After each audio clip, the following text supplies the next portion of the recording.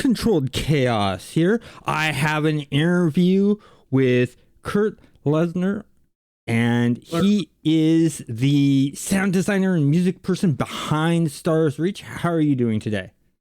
Reasonably well, all things considered and adjusting for inflation. The name is Kurt Harland Larson. Oh, Kurt Harland. Okay, I'm sorry. It had the whole entire thing of Lesnar, so I apologize. So it's Kurt Harland, and so I was talking with Carneros about this interview, and he mentioned that you had a pop punk band in the 80s and 90s that actually had some songs that hit off on the top billboards, and it was called Information Society. Is that correct? It is. I mean, I wish we were cool enough that I could claim to have been a punk band, but we definitely weren't. We're not. We started in 1982, and at the time we thought of ourselves more as like over-intellectualized performance art or something. But the key feature was that in 82 in the Midwest, we were an all-synthesizer band, which was quite an anomaly at the time. Yeah, well, the reason I mentioned punk is I watched one of the videos, and the hair you had, it was sticking up like a punk band. It looked like you used cans and cans of Aquanet to get that to stay up.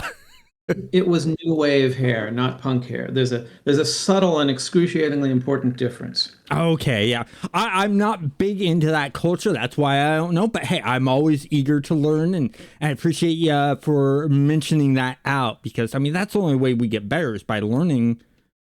And it was perhaps a little before your time. I was really young. in the 80s, I was preteen.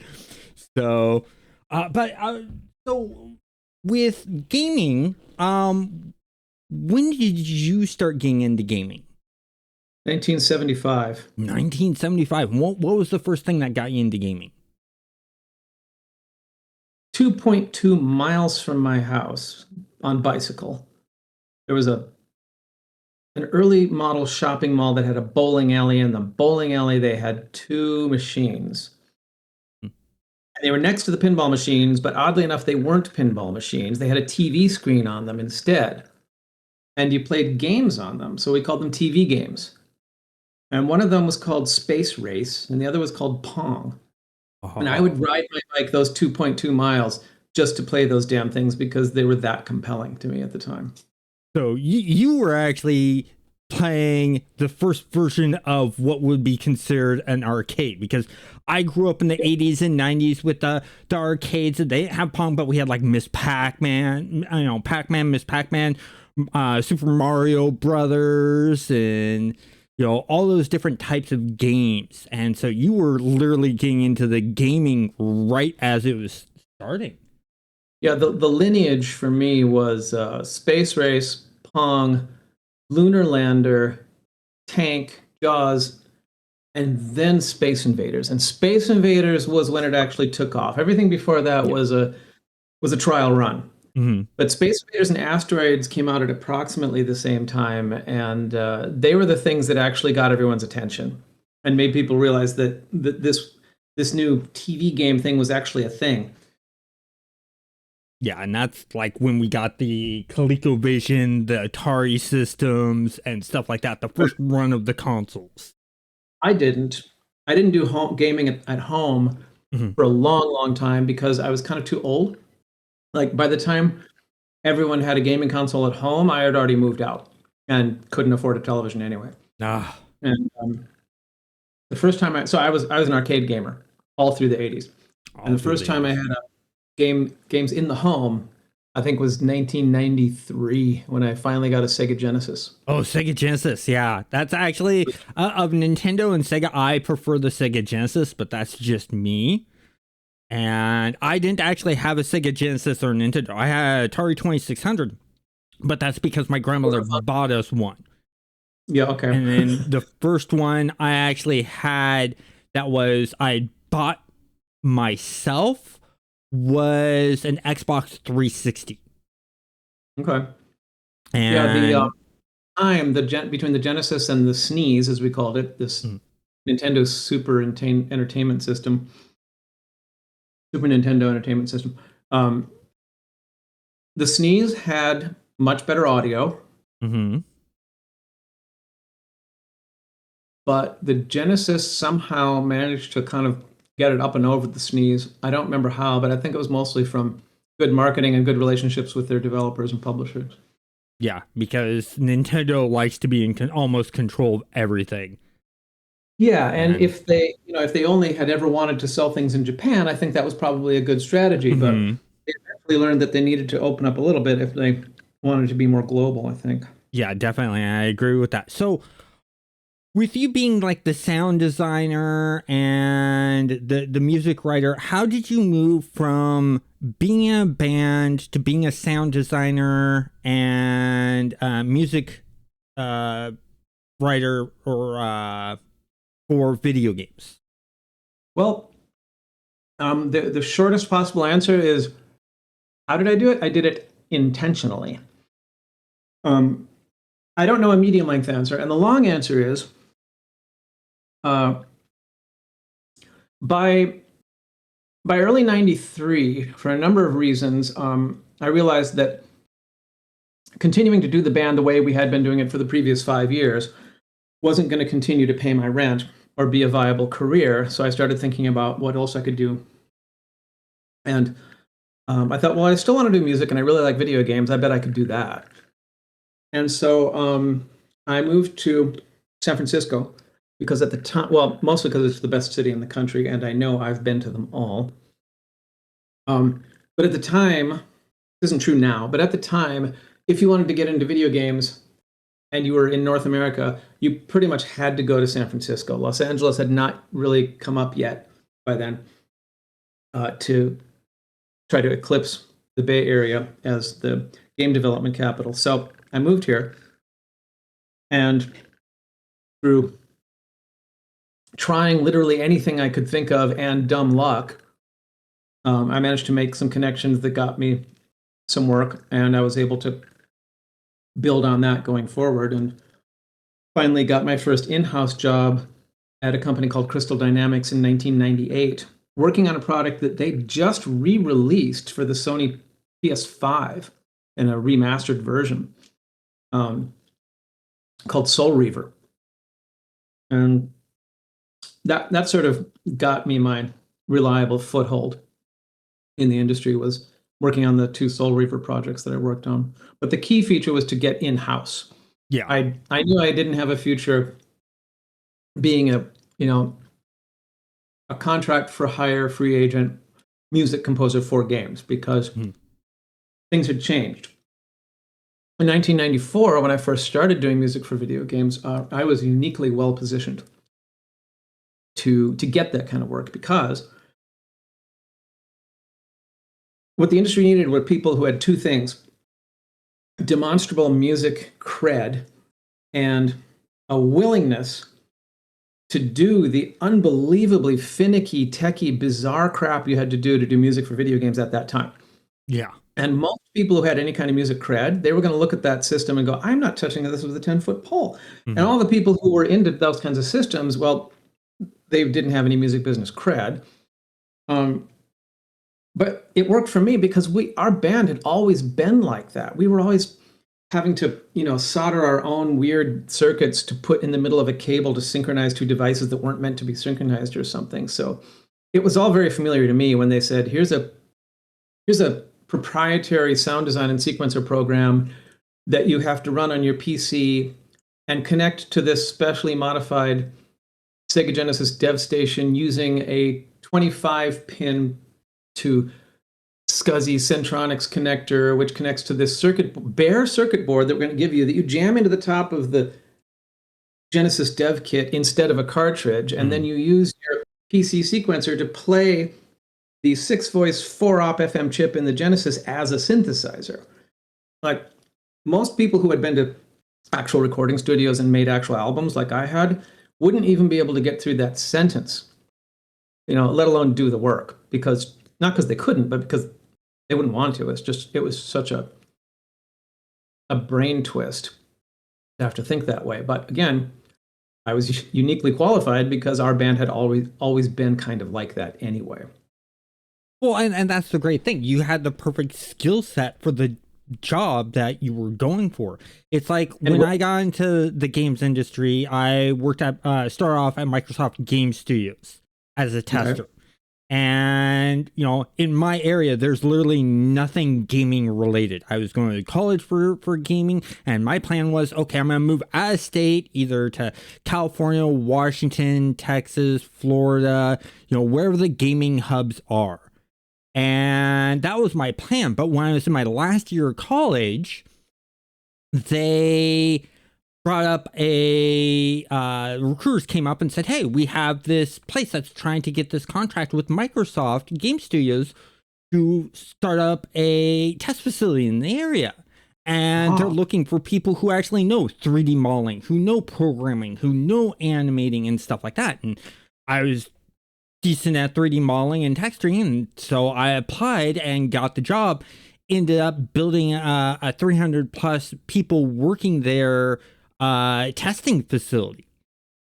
Awesome. And so Where it's was just this? right place, right time, right skills. Where was this? This was in the suburbs of Portland, Oregon. Nice. My brother lives there now. Oh, nice. Yeah, so I'm pretty sure you visited Portland, Oregon, so with your brother living there.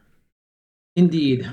We've even played shows there. Oh, nice. So there's a whole like middle section of going from one company to another, and this and that and the other thing happened. And then 2 years ago, I started working on Raf Koster's project, among other reasons, because I was always kind of a Raf Koster fan, since seeing some of his talks at GDC 25 or so years ago. And that's why we're talking today, because of Stars Reach.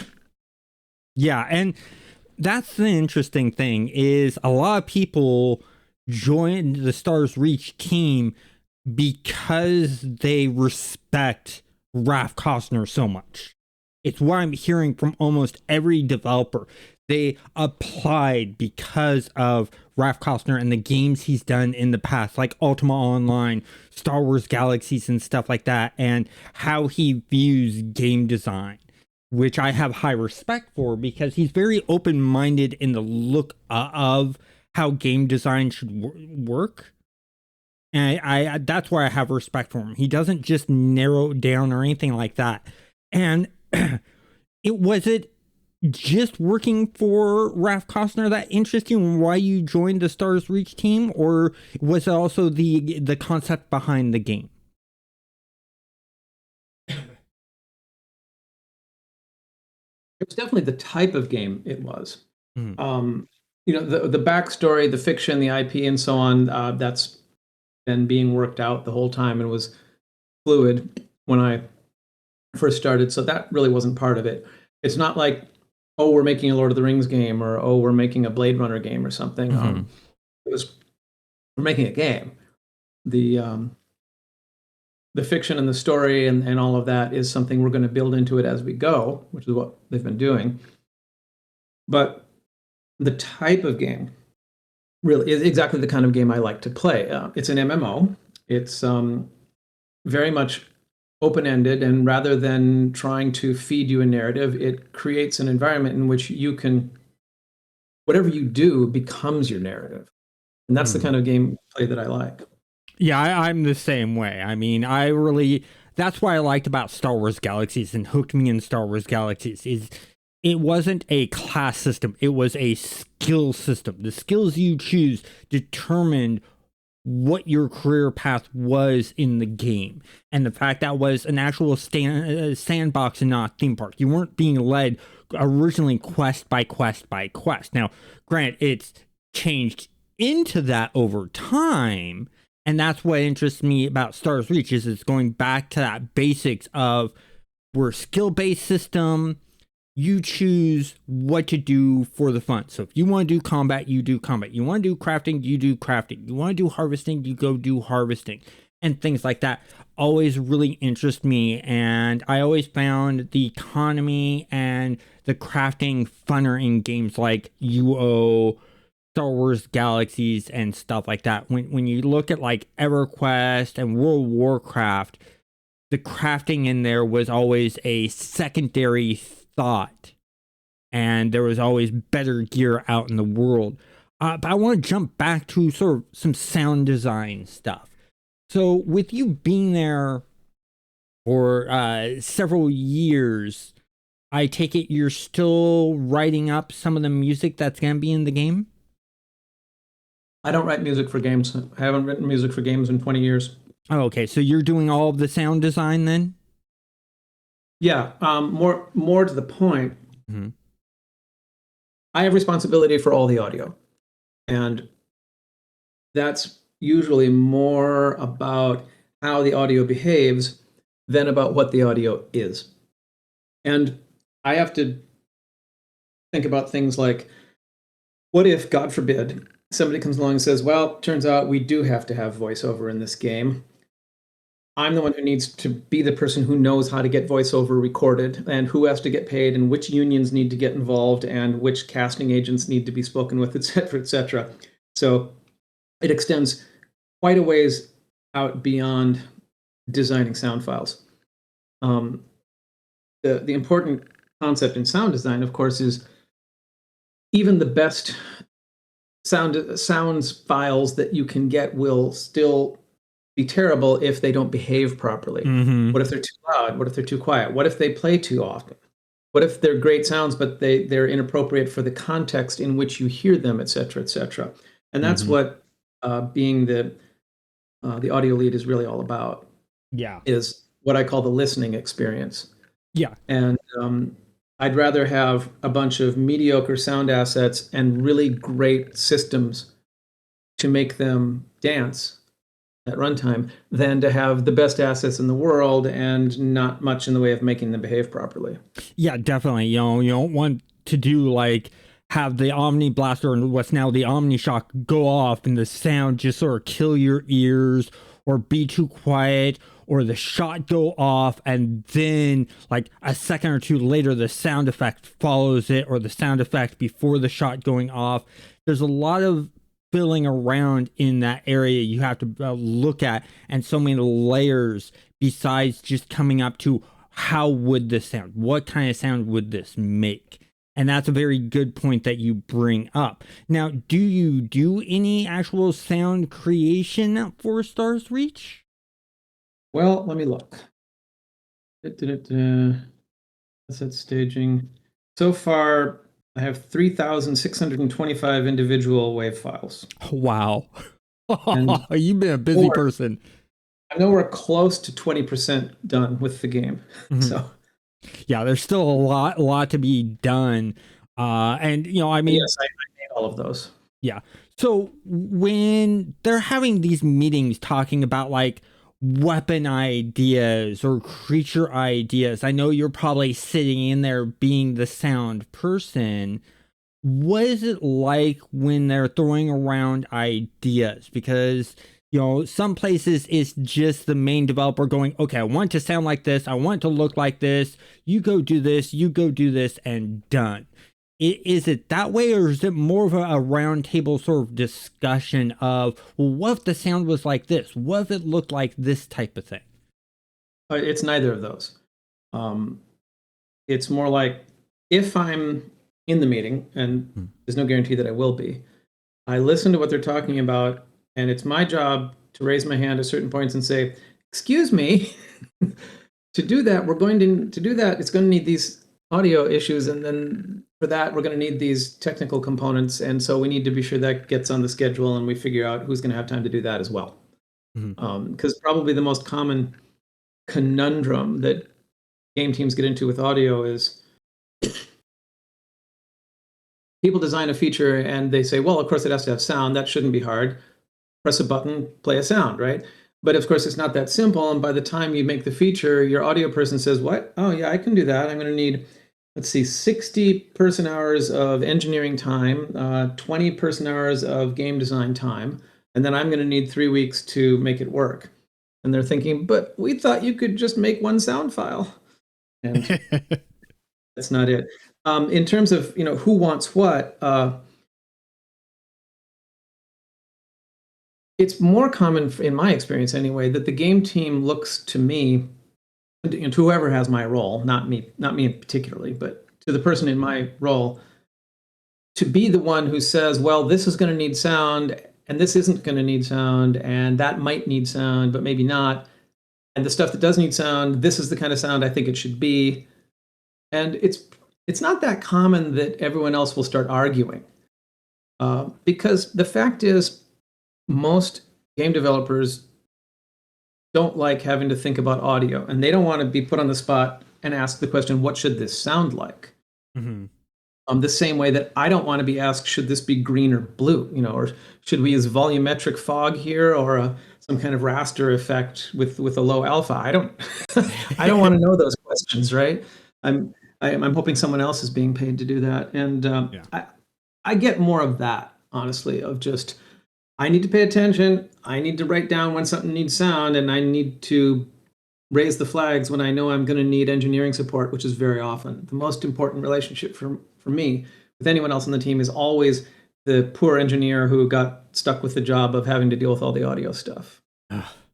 Yeah, and that's the thing is you got your engineers and your designers that literally their job is to, okay, let me hook the sound up to this graphic and this gameplay mechanic and get all three of them working well together, and then get those people to look at them so that the visual effects look right, the sound is going off at the right time, sounding at the right volume and stuff like that. And speaking of volumes, I was just thinking of this. Do you have anything in planned for the game or in the game where you're on ground and you have the sound effects sound one way when shooting like an Omnishock, and then it sounds differently when in space? That's already in place. Okay, excellent. Yeah, I sort of noticed a more like lower muffled sound in space, but I wanted to make sure my ears were hearing things right.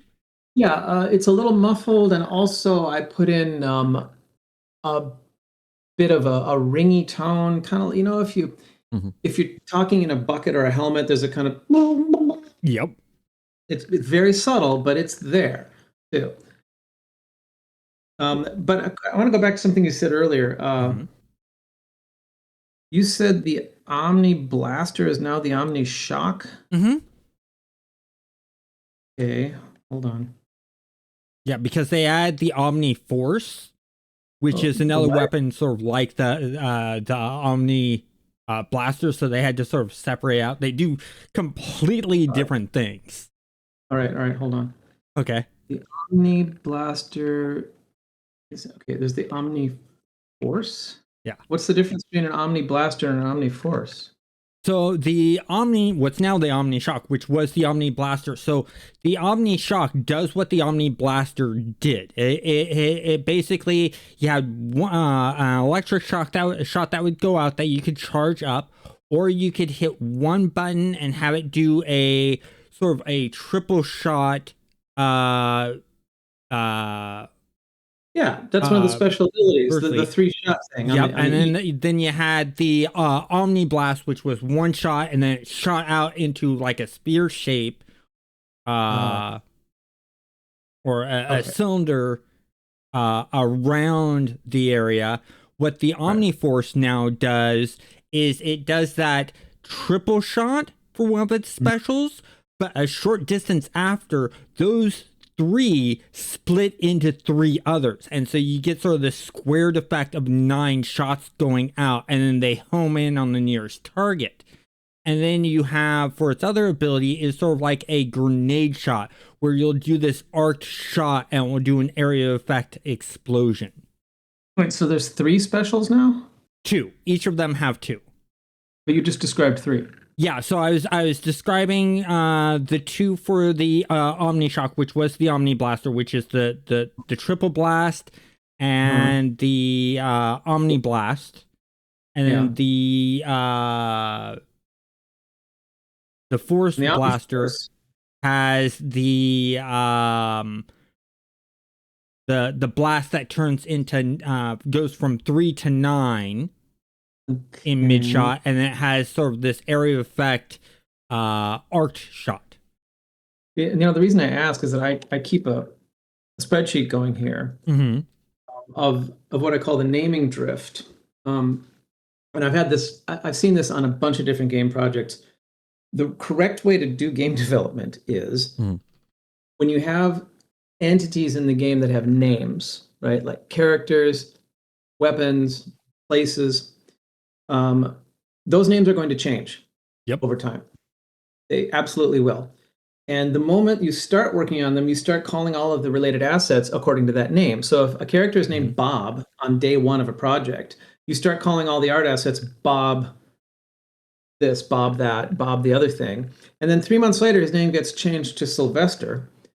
And now you start making Sylvester things, and people go, okay, there's two characters. There's Bob and Sylvester. Where does each one go? And you say, well, no, they're the same one. The way you should do it is the moment you make Bob, he needs an ID number, an asset ID number. I don't care what it is. It can be a GUID, for Christ's sakes, just anything. And that number has to never change. So that, yeah, it's Bob and Sylvester, and then they changed his name to David. That's all the same thing. But the important thing is they all have ID, A37B. Yep. And that never changes. But the interesting thing is no game team I've ever heard of has ever done that.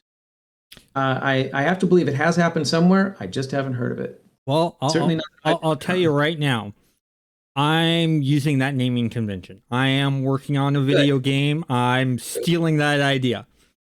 Excellent. And I'm going to call it very difficult to enforce. Yeah, I'm going to call it the Kurt naming convention. Well, I mean, any competent database operates that way, right? There's be an immutable ID number for every record that never changes, even if the person's name changes, the address changes, any of the data involved change. That ID number is permanent. And for some reason, we don't do that with assets that have fungible names. Yeah, and the way I see this working, if I do this in a spreadsheet, it could go ID number, name, and then the other relevant information, like, is this sound, is this graphics, is this UI, what system does it interact with, stuff like that. So that way, if you're looking for something, the UI number, you can just type that in and it'll pull it up for you. And then you get all the relevant information for that. And I think that kind of idea would make it so much easier for developers, especially programmers who are logic based. They're used to just, okay, it's this. I need to keep it named this, because if I change the name of this, later on I'm going to have to go through the whole entire thing, all the code, and change everywhere in the code that name. And if you look at things inside game development, a lot of people will see, talk to number 345 David whatever. And it's not actually, that's the name of the character. It's just what the coder put in there. And so by having that database, the programmer can say, okay, use item 346. And just instead, and code wise, they could just use that kind of naming system without having to go through and change things constantly. And I think that's actually a very smart idea. So thank you for bringing that up. It sounds good. Implementation is very difficult. Yes, because it goes against certain human behaviors, but I would think it can be done. We, for example, have a thing that we called the companion orbs, but then they started being called the drones. So I have a bunch of sound files that have the word companion orbs in them. And then I also have a bunch of sound files that have the word drone in them that were made later. And they don't alphabetize together when I'm looking for them. And it's a real pain. It is, and that's the hard thing is later on, if you want to fix that problem, you have to go through and rename all the old stuff to the new thing. Whereas with your idea, naming assets is more trouble than it's worth. Oh, yes. Especially if you're long deep into the project. I mean, early on when you're just getting in, you're just in the prototype stage, not a problem, because you don't have that huge long list of assets. When you look at something like Grand Theft Auto 5, or you look at something like EverQuest, stuff like that, where you have this huge, big, long list, especially like EverQuest today with over 30 expansions. Their list of items and creatures and sound effects has to be enormous. There's no way you'd be able to keep up with that list. So having that item thing, EverQuest today? Yeah, EverQuest today. Where? I mean, EverQuest hasn't had commercial servers since I don't know when. Oh, they still have commercial servers. Who does? They never shut down. So they switched. Okay, they start off as 989 Studios, changed the names to Variant. Then they changed the name to Sony Online Entertainment. Sony didn't want to do MMOs anymore, so they sort of bought themselves out, and they're now called Daybreak Games. Daybreak? Mm-hmm. Daybreak runs Lord of the Rings Online and Dungeons and Dragons. They bought the company that had Lord of the Rings Online and Dungeons and Dragons Online. I play Lord of the Rings Online now, but I was a huge EverQuest player. That was my first MMO. And yeah, same here. Like 1,000 hours on my main character alone. But as far as I understood, they went down to the EverQuest simply not existing anywhere at all. Oh no, it's still alive. They have their servers running. There's also a couple of free-to-play servers. In current news, they're actually suing a private server because they're keeping too much up to date with what the current servers does. Whereas an EQ server called Project 99, they got the blessings from the developers to run the private server. They just can't go past a certain expansion. Okay, so Standing Stone. Mm-hmm. I don't think Standing Stone is involved. EverQuest is currently operated by Darkpaw, which is under Daybreak. Yep. But is Standing Stone also under Daybreak? Yes, they are. That would explain it. So they're cousins. Yes. Interesting. So there's commercial EverQuest available again. Yes. Yo. Yeah, and it's changed from the days where we played. I call it that they wowfied it. They made it a lot simpler, a lot easier to solo. Yeah. That's so a good thing about they created classic servers. Excellent. Bring it back to where it was really hard to sort of solo unless you were certain classes like the Necromancer or the Shoutout. Shoutout was my favorite. Pet classes could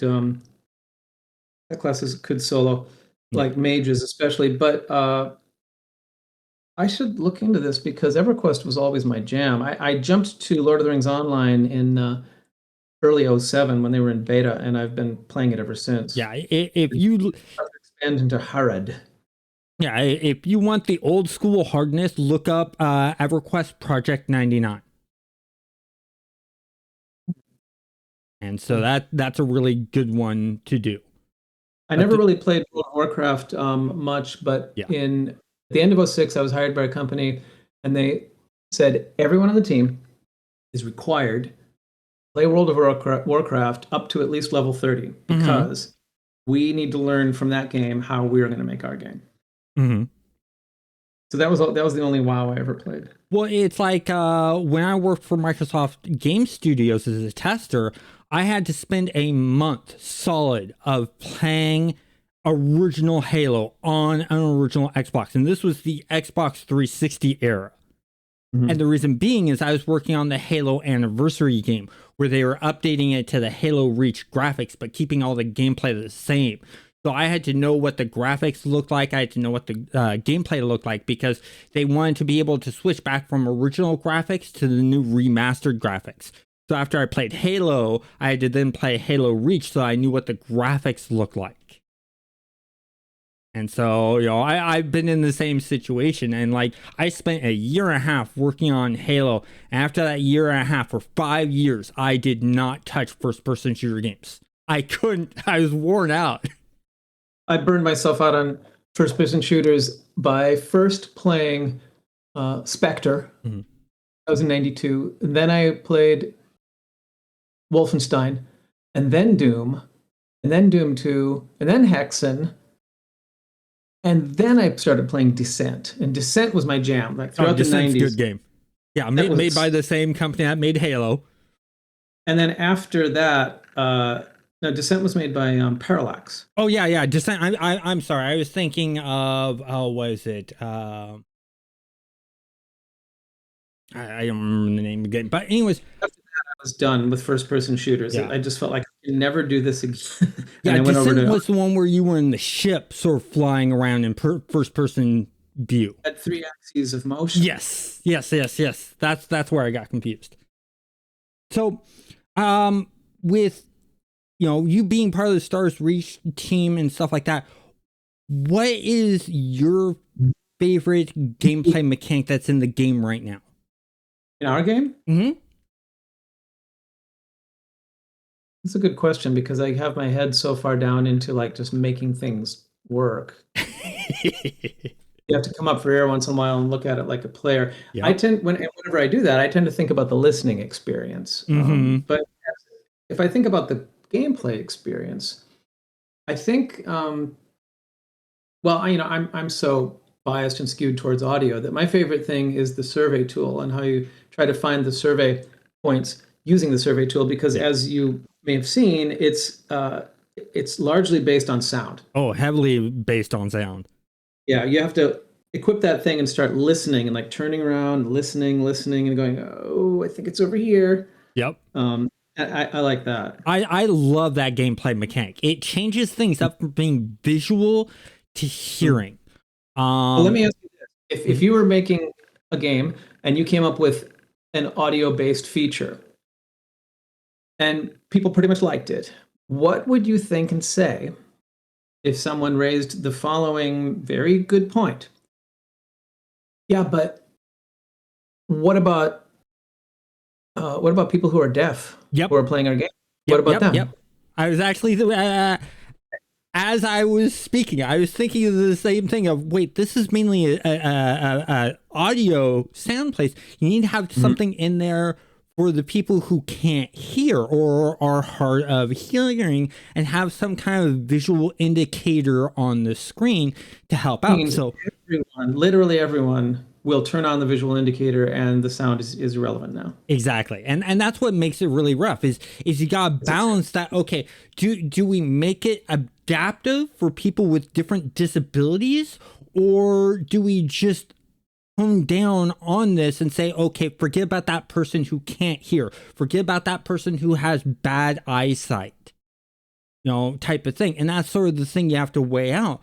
But the other problem that comes in with that is, big companies, they have the money that they can throw at that. It's small indie companies like what Playable Worlds is, where it's not only that question of do we, don't we, it's also a question of do we have the money we can spend to do that kind of thing?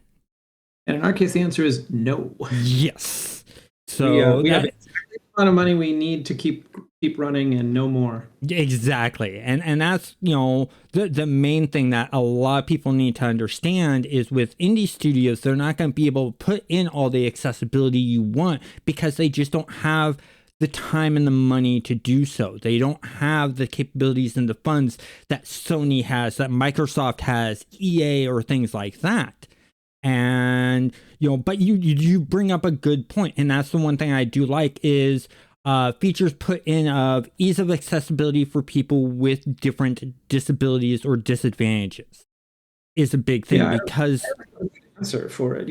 I think about that problem and I usually end up going, I don't know what to think about this. Yeah. Because I don't like thinking, well, you can't ever interweave audio with game design because then you'll leave a segment of the players out of the puzzle.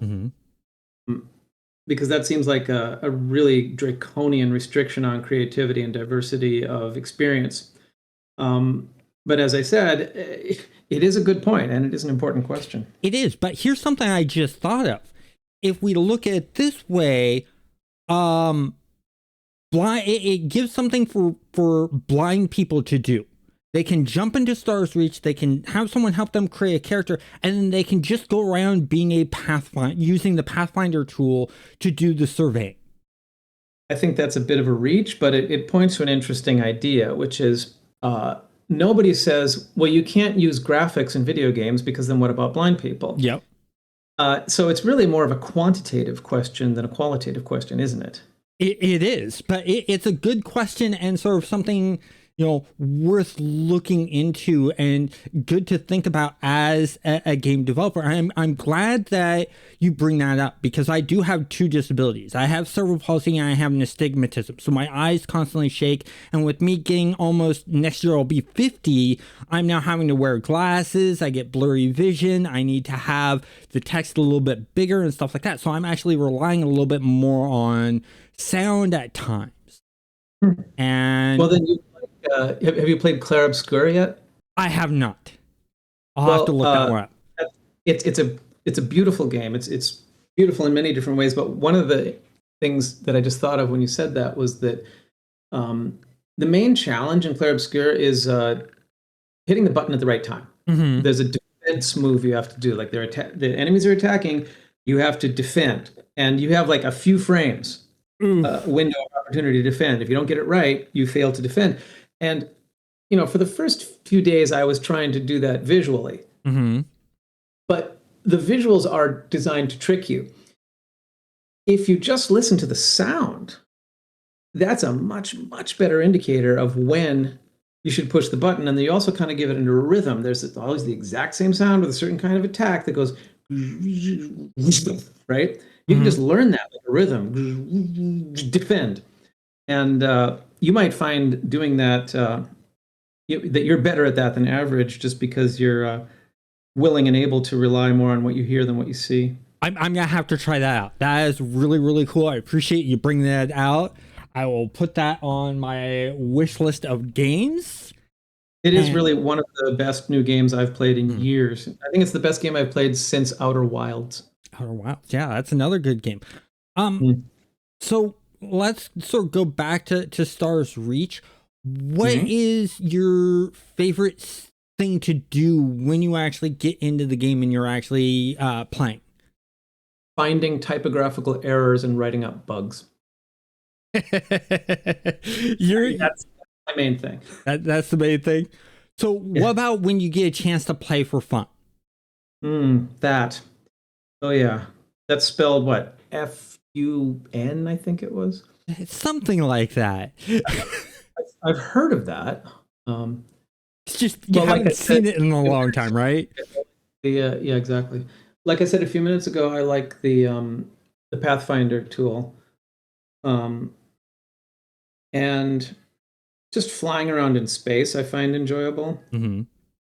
And of course, crafting is always my jam in MMOs. It's sort of my end game is always finding a way to turn crafting into a whole activity in and of itself.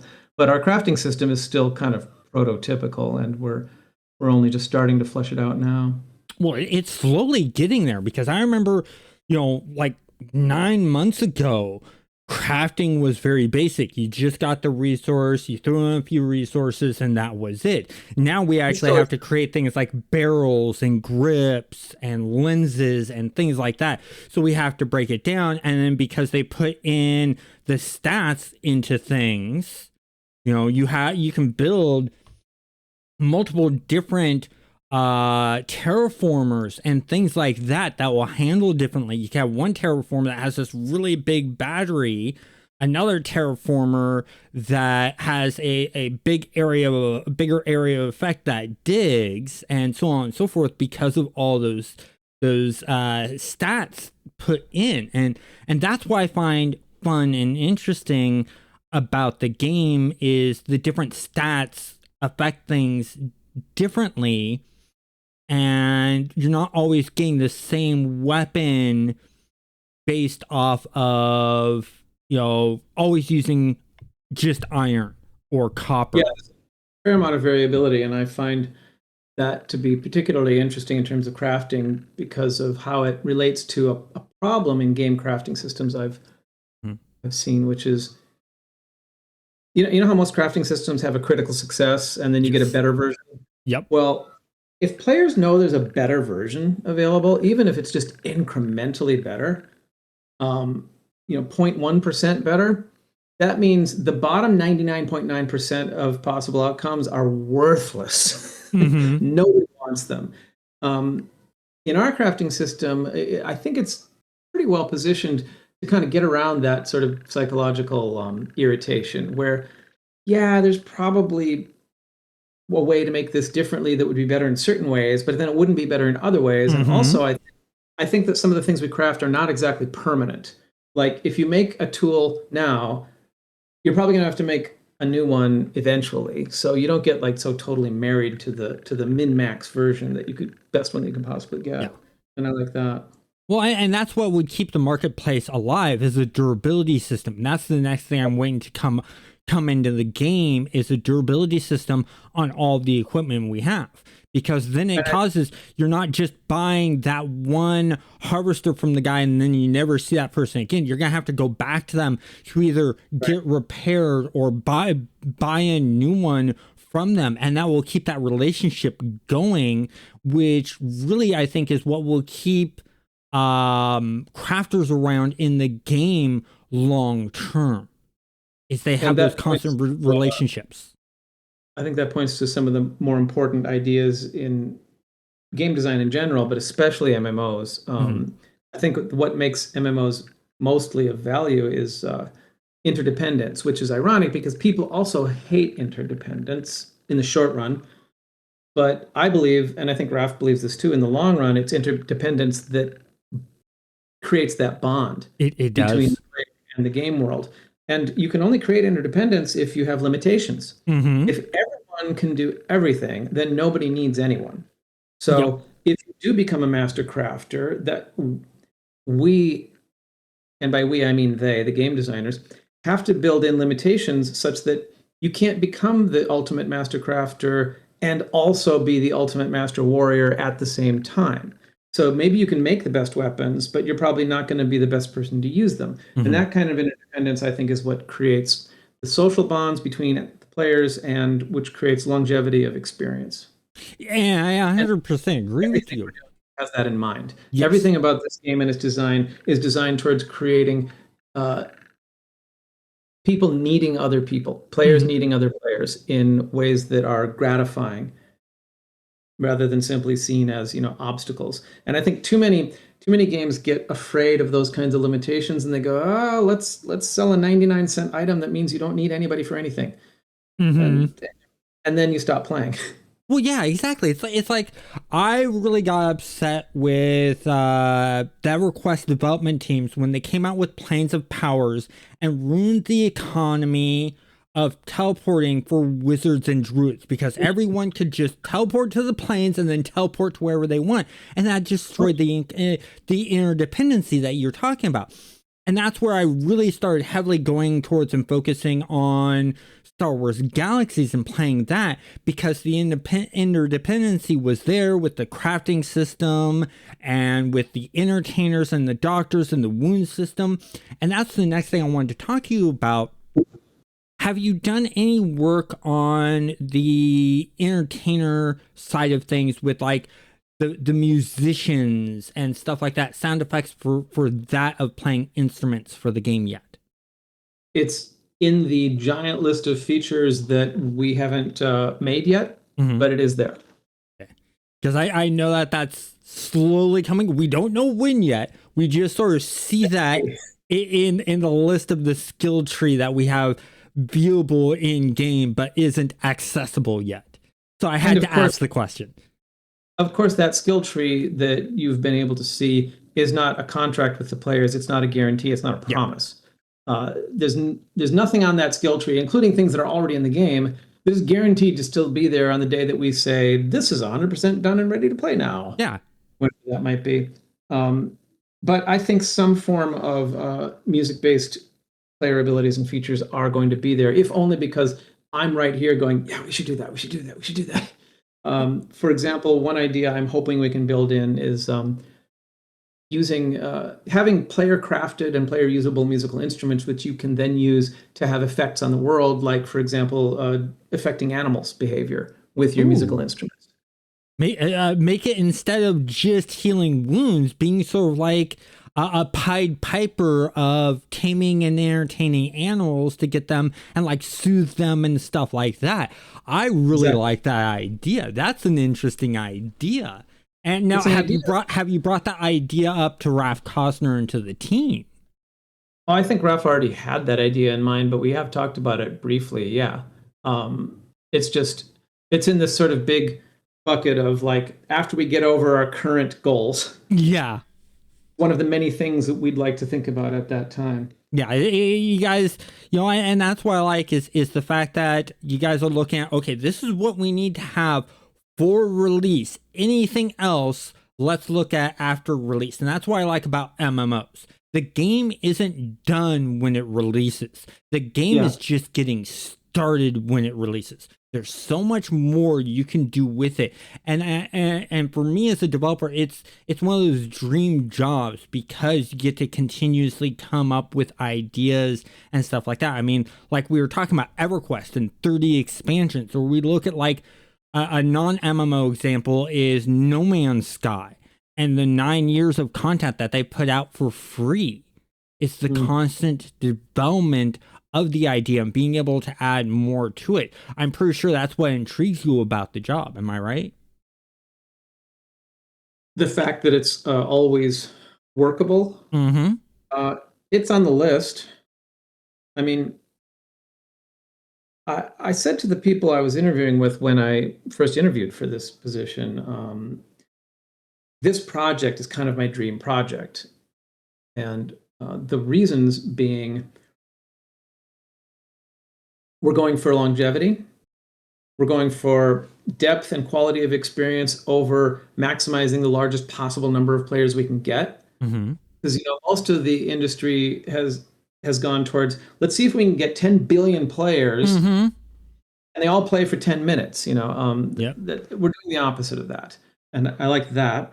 I like that it's independent and not needing to serve some external commercial goal that isn't really related to the player experience. And like I said at the beginning of this discussion, I'd work on anything that Ralph Koster is doing. Well, see, and that's the interesting thing is a lot of developers working on the game are sort of thinking the same way. The longevity, the creativity, the working with Ralph Costner and doing things that aren't out of the norm. And I like the fact that you bring up that they're not aiming for the most amount of people just for that quick buck, but a smaller subset of people and looking at longevity. Because I mean, the reason EverQuest is still running to this day is they don't have tens of millions of people playing it.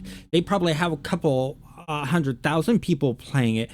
But because they keep on doing updates and things like that, that's how they're able to keep afloat. I have to believe that there was some point in time when EverQuest did completely disappear, because if not, somebody owes me my old account back. Your old account is still there. I tried. As I said before, I have 7,000 hours on that Erudite Enchantress, and I want them back.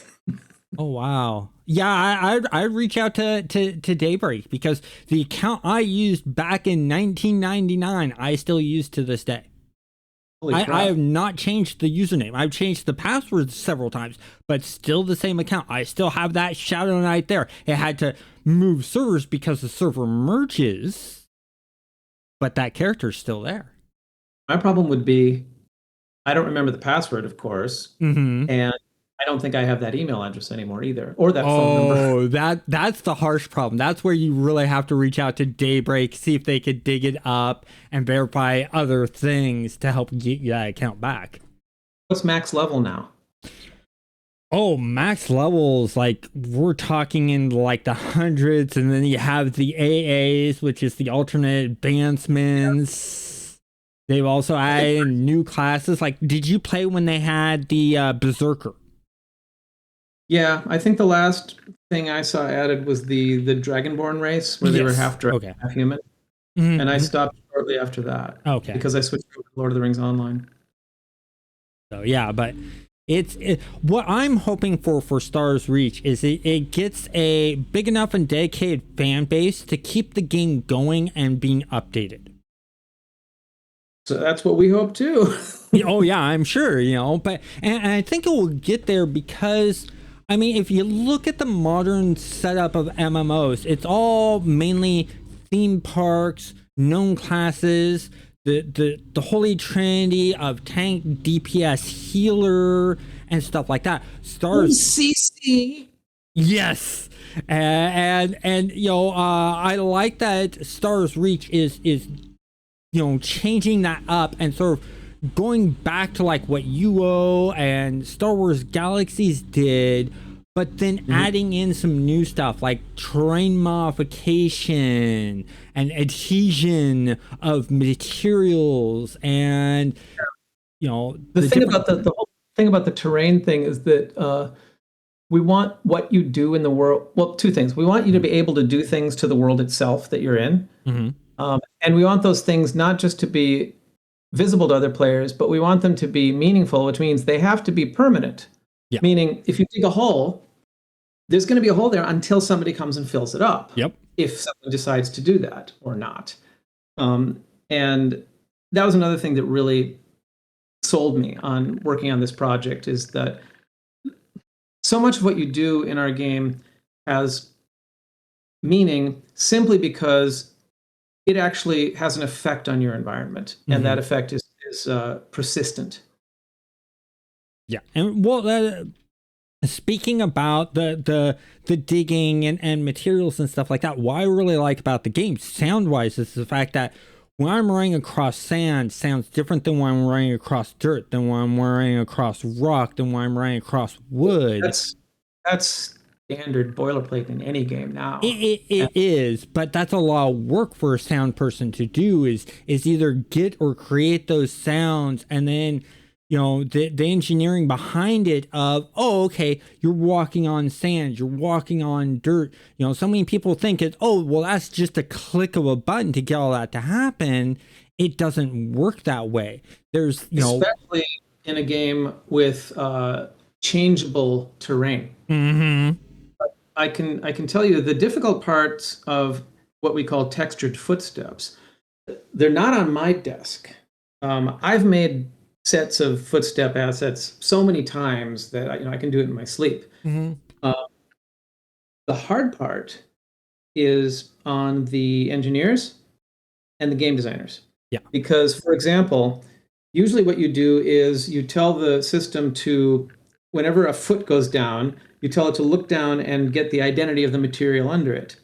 But we don't have just, like 12 or 16 materials. We have hundreds and hundreds and hundreds. And that doesn't work for me. So what we have to do is group them together into types. So now we have to add a whole new datum to each data object that is a material type that says what is its audio type. And that's something that requires engineering support, and that requires time, and getting engineers time requires producers time. And that's why it hasn't happened yet. If you run around in our world, you'll see most of the world still sounds like grass or unpaved dirt or something like that. Because we kind of just put that aside for now until we have time to group our materials into audio types, which hasn't been done yet. Well, I mean, it's also in pre-alpha. That's sort of like an alpha type thing, maybe even during beta type thing that you clean that kind of stuff up. But predominantly that's an alpha thing. Pre-alpha, you want to sort of get the important gameplay mechanics in and functioning right there. At the point that we're at right now, when we're asking people to come check it out, I think we have two missions on which we're primarily focused. One is using what we have now in the state that it's in now. How can we set up the environment so that people can actually have some fun? That's the first thing everyone's thinking about. And the second thing is, how can we provide some sensory enjoyment and gratification? Does it look, is it pleasurable to look at? Is it pleasurable to listen to? And those are our two main missions. Those are our two guidelines, as of 3:00 in the afternoon Pacific time today. Yeah. That's what we mostly think about. What can we do with what we have to create some enjoyable fun play? And what can we do with what we have right now to create some sensory gratification?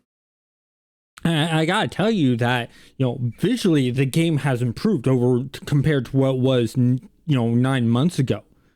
The graphics. True, but that was, not to be negative here, but that was a bit of a low bar. It was, but I mean, if you look at things, pre-alpha is not far shot off from the the whole entire thing of, because you got the pre-production, then you got pre-alpha, and pre-production you're just dealing with cubes, spheres, and they're all gray, or they got the base checkered pattern on it that for the texture artist to work with to make sure that the UVs are lined up and stuff like that. And in pre-alpha, that's when you're just starting to get the graphical look, get that all sort of figured out, and start dialing that in. Your graphics are never fully finished until like near the end of beta, because that's what the beta phase is your graphics side of things. Before sound then, tends to be the last thing to come together, in fact. Yeah. And that's what's important. Now, what I'm curious about is, what kind of programs do you use to help create the sound effects? Well, I have a workflow that basically goes from my text editor, which is the most important tool I have for doing audio, is my text editor. I want to let that sink in. For all you aspiring audio people out there, the first thing you should learn how to use is a text editor. And then my sound file database browser, which is called Basehead, which I use to find starting materials. And I throw that into my sound file editor, which is called SoundForge. That dates me as being a little old-fashioned, but I was a beta tester for Sonic Foundry in 1995, and I just haven't found anything that works for me as well as SoundForge does since then. And then I may or may not take some of that stuff into Reaper, depending if I need some really fancy schmancy ways of layering sound, which I don't always. Then that gets loaded into Wise, which is Audio Kinetics audio middleware for games, where that's where I set up all the sounds that I've made such that they're grouped together the way I need them to be, and such that they are ready to behave the way they're supposed to, and balance out all the volumes and everything like that. Then I go through Perforce, which is my version control software. That comes back over into Git. Also, you aspiring sound designers out there, also, you should start by learning Git. Yes. And Perforce. And then with Git, from Git, I then crank up Unity, and get everything up and connected and running in Unity, which is where I test it. So you'll notice that I listed a whole bunch of tools there, and only about half of them were audio tools. Yeah. That's important. There's several tools that you use, for everyone to be able to see the files that you have, so other developers can interact with it and stuff like that, and utilize, because, a lot of people think that, oh, well, the sound engineer, he'll do the programming and the plugging in of things and stuff like that. No, not always. You'll, for, like you said, you hand things off to the engineer to be able to work with, to create the code. And they need sometimes maybe the sound to play off of to get that to work. You also have the person who's putting let's say the Omni Blast, or now the OmniShock, together, and they're working on it firing off. They need to make sure that sound effect is there for when the weapon fires, for when that particle effect hits the enemy and the sound effect it has, and stuff like that. So that's really important. And having the tools that you mentioned, you have one tool for adjusting the volumes and the EQing and stuff like that, and then you have another one for mixing sounds together to sort of do like your Foley type of sound effects, sort of like the way lightsabers were done, of mixing of things, or you get that sound effect of a lion roaring with an electrical sound effect of it, or more of a, you might throw in a sound effect of a tree falling to get sort of more of a crackle into the roar, things like that. That's sort of another tool that you use. And then, like you said, you need to test in the game engine, which you guys use Unity, and make sure it all works there. Yes, I do. The other thing I'm pretty sure you have to pay attention to is file size. Not much anymore. Not much that anymore. Used to be a big deal. It's been interesting watching the bottlenecks move around over the decades because in the mid 90s, the scarce resources were one thing, and 20 years later, they're completely different. But most of the technical bottlenecks have been opened up and widened. Yeah. The one that's the ultimate bottleneck is always time and money. So, whereas when I first started, the big bottleneck was memory. Yep. But mostly for the last 15 years or so, it's been person hours. Yeah, and the money. Yeah, and I have to agree with you, because we look back in like the early 80s, 8-bit sound. You didn't actually have, when you were doing like the music and stuff like that, it was synthesized beats. And then when we got into the 90s, we started hearing more of a clearer sound, but sort of muffled, or not as pure of a sound of actual real music. And now you can literally take a song that band writes and put it into the game. I mean, heck, like Rock Band and stuff like that. So you're right in the fact that, that pipeline of memory has opened things up, just like 3D models. When we were talking about EverQuest, when EverQuest came out, the arms were triangles.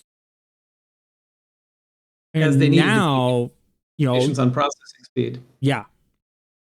But over the years, it went from RAM to storage to the worst one was input-output buses, when you could store a ton of stuff and you had a ton of memory, but the input-output bus could only carry so much information per unit time, which limited how much you could actually have. And then it became all about internet bandwidth. Yep. How much stuff can you push over the internet to a player and back to make things work? And then it became cellular network bandwidth. And then everybody moved games to phones, and it's like, oh my God, they don't have much memory. We have to go back into the memory bottleneck.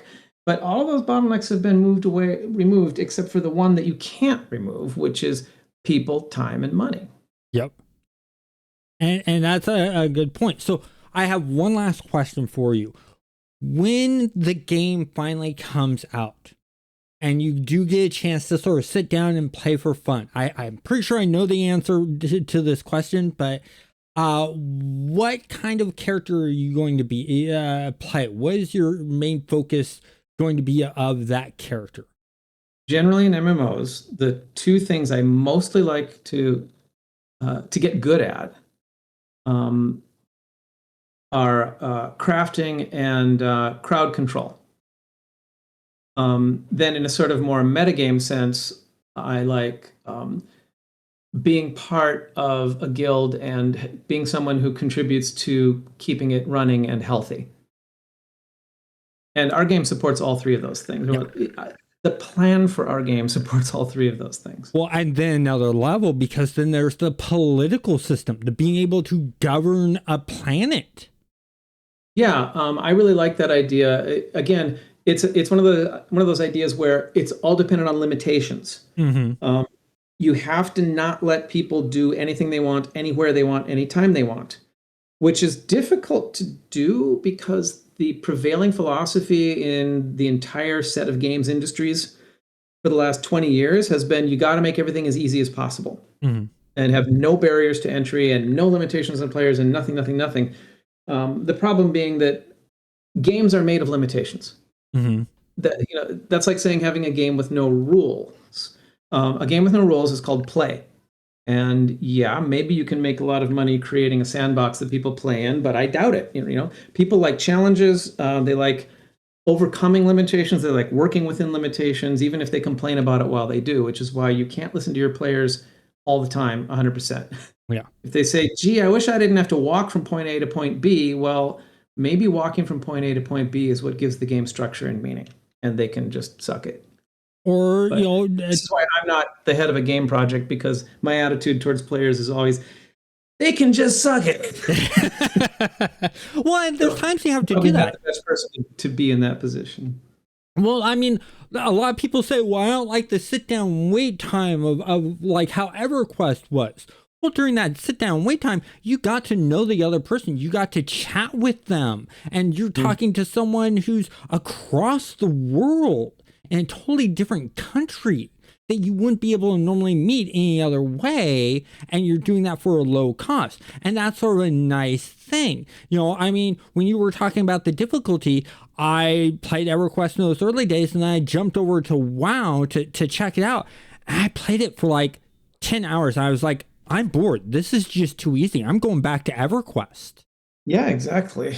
I especially didn't like what you mentioned, removing the need for porting. That kind of bothered me too, and that it started to sort of degrade the meaning and experience of the geography of the place, which is one of my few disappointments about Lord of the Rings Online. I mean, I can't be that disappointed because I'm still playing all the time, but the whole point of playing Lord of the Rings Online is that you're in Middle Earth. Yeah. And that is a map that I have had in my mind, right, since like 1976 when I first read the book. And I think about that map, like I can close my eyes and imagine exactly how you would walk, you know, from Ered Luin to Khand, and I could tell you every single spot along the way and which direction you'd have to go and what obstacles you'd have to avoid. And that people often say that the world itself is the most important character in Lord of the Rings. Yep. But in Lord of the Rings Online, you can pretty much go anywhere, anytime you want, just by instantly porting there. And I think that reduces the experience and meaning of the Middle Earth world itself. Yeah, there are I agree obvious with you. reasons for it. You know, there are logical reasons why you want people to be able to port around, but I think it's a loss, honestly. Yeah, I agree with you because, like I said, I had a Shadow Knight, and it was actually a Dark Elf Shadow Knight in EverQuest. And I can, to this day, even though I haven't played in over 10 years, to this day, I can still remember running from Necklace Forest all the way to Lower Guck and all the zones I had to go through. Wait, stop. Don't say a word. From Necklace to Lower Guck, you'd have to first go into that area right next to Freeport. What was that called? That was East Commons. East Commons, right. Then you'd have to go through that tunnel where most servers had their big market into that desert area on the coast. Just it was Northern Row, right? Yes. Then you have to go into Southern Row, and then into Nectulus, where not Nectulus. Am I getting the names mixed up? Where did the trolls lived in Grob, but Grob connected to which forest? What was the name of that zone? It was a swamp area called Firot, and it was the ogres. Right. So you go from Row into the Firot that had the trolls on the east side and the ogres on the west side, and Gook was attached to Firot in the northwest part of the zone. Yeah. You see, I could still turn off the user interface, not look at any maps, and go all the way from Nectulos to Gook without having to think too hard. And I haven't played EverQuest in 18 years. Well, you know why that was, is all of the corpse runs we had to do when we were in Upper Guck and Lower Guck, especially in like the Frenzy Room to get the flowing black silk sash. Exactly. You know, that's the reason why. And that's what made it fun and interesting.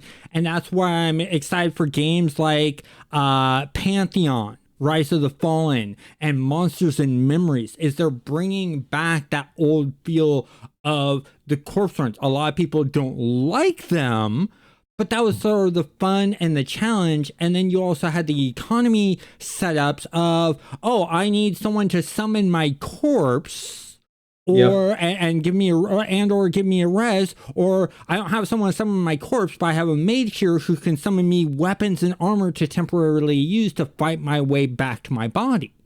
Interdependence. And you remember how in 1999, in the first few months, you could actually loot other people's corpses? I do.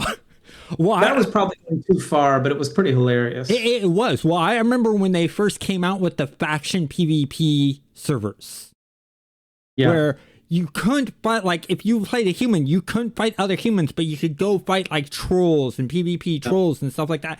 I immediately thought to myself, okay, I'm going to troll people by making a dark elf enchanter, get the human illusion at 4, go to Freeport and start killing people. I always get yelled at, and GM's calling on me, the GM going, I can't do anything. He's a dark elf using a human illusion. He's playing this correct. It sounds like you and I were both not the most popular kids in high school. Yeah. I was able to keep somewhat of a middle ground population, and that's because the group I hang out with was a bunch of gamers, but we had like 2 people that were on the wrestling team. People that were in drama class, in art classes and stuff like that, that were all mixed together.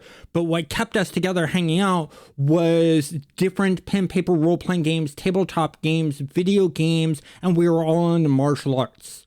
So we'd either be practicing martial arts together, which, you know, people would see us doing this, and we had the okay from the teachers and the principal, so we never got touched for that. Or we'd have a book in our hand for an RPG, or, you know, paper in our hand for that, or we'd be playing like Magic the Gathering. I love Magic. So yeah, I'm a big gaming geek and nerd. So when people say, "Oh, you sound nerdy and geeky when you talk about this," well, yeah, anyone who has a passion for it is going to sound geeky and nerdy in a way. You know, just like when you talk music and sound effects. I was thinking more of the trolling behavior, but yes, that's true too. Well, there is the trolling behavior. Every so often I get that hint, but I don't go hardcore mean. I do it like once to a person, maybe twice, and then that's the end. Good. I'm going to get back to work here. Okay, yeah, I want to thank you for your time, Kurt, and have a great day.